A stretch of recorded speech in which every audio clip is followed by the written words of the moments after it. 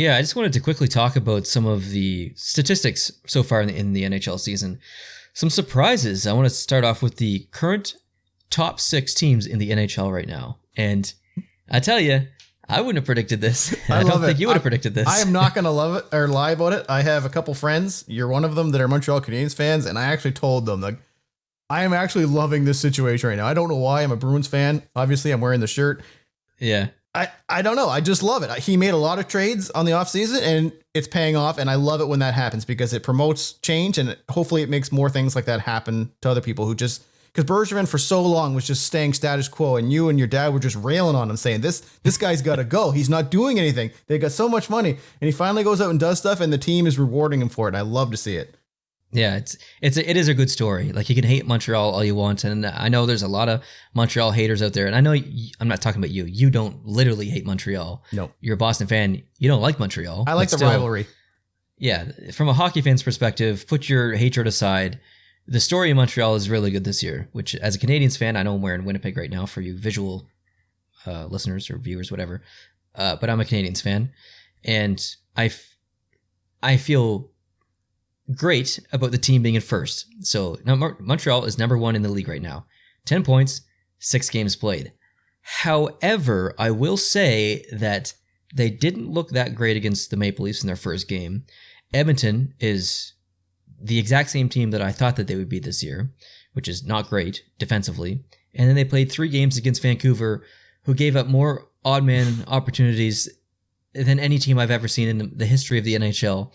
So while Montreal has played very well, I'm not trying to discredit Montreal, they didn't play super, super strong teams in the 6 games that they played. Mm-hmm.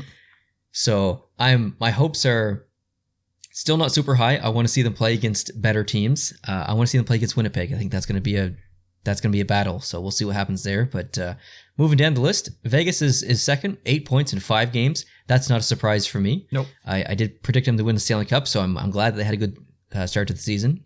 In third place is Winnipeg with 8 points in 5 games. And I guess there's just one big long tie here. Minnesota Wild, 8 points in 5 games. Washington Capitals, 8 points in 5 games. And the Maple Leafs with 8 points in 6 games. So the Minnesota one surprises me a little bit. I'll definitely admit that. Winnipeg, not so much. Vegas, not so much. Washington, a little bit. They're a little stronger than I thought they'd be. Maple Leafs, definitely not. Do any of these surprise you at all? I don't think so. Montreal will probably be the one that surprised me. I didn't think Montreal would be number 1, but I didn't peg them for like last either. Like I thought they'd probably be like between 2 and 4 probably in the North Division. That's where I had them. Yeah. There's, I didn't know if they were going to be 2 or 4, but I didn't think they'd be lower than that because I thought they made some good changes. I will say one that's not on the list that surprised me is Boston. I'm actually surprised Boston, like in the last couple of games they've played, they've done a lot better than how they started the season. I thought how they started the season, that's how they were going to be. And my dad is the most positive Bruins fan you'll ever meet. He's like, doesn't matter how much I get down on them. He's like, oh, we'll turn it around. Even he was down on them saying, we're just not that good. We're starting our rebuild. The veterans are getting older.